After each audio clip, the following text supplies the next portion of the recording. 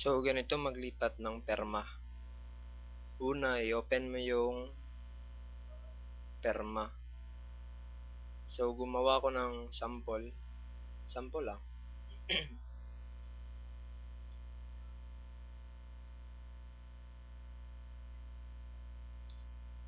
Pagkatapos, hanapin mo yung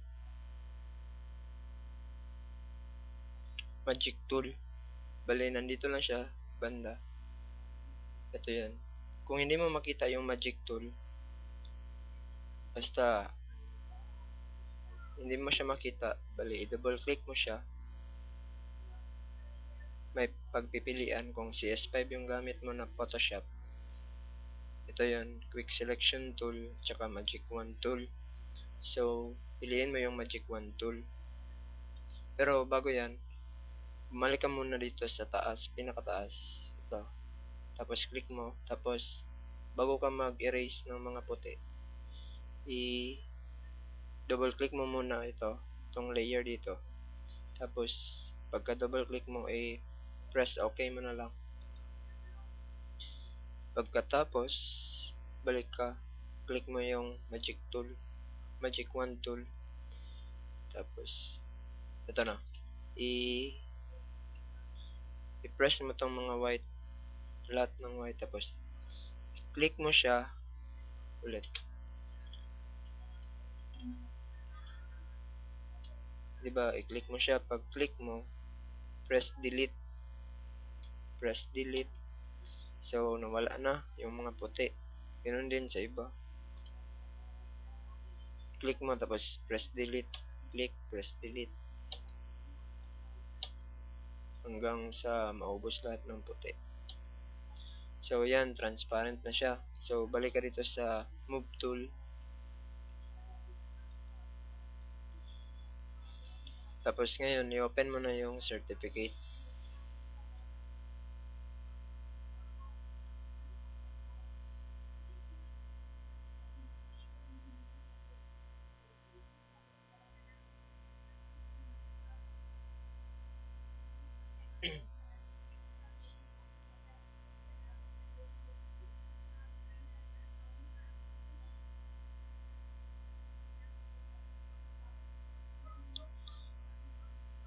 Pagkatapos mo i-open yung certificate, bumalik ka sa perma. Click mo lang. Tapos, diba dito siya yung perma. I-hold mo ito, tapos drag mo dito banda.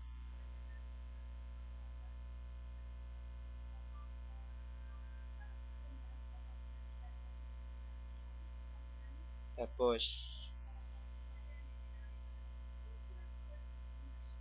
i-click mo tong perma para i-drag siya dito sa certificate. Pag ma-drag mo na siya, bali lilipat na lang siya dito. Tapos, balik mo muna ito siya dito sa taas.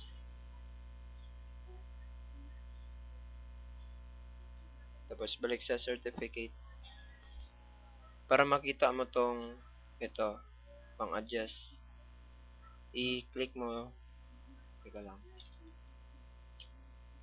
i-click mo ito, di ba naka-move tool, click mo itong show transform controls para lalabas tong adjuster.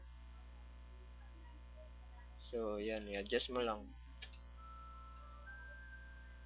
tapos i-drag kung saan mo gusto ilagay, tapos adjust konti.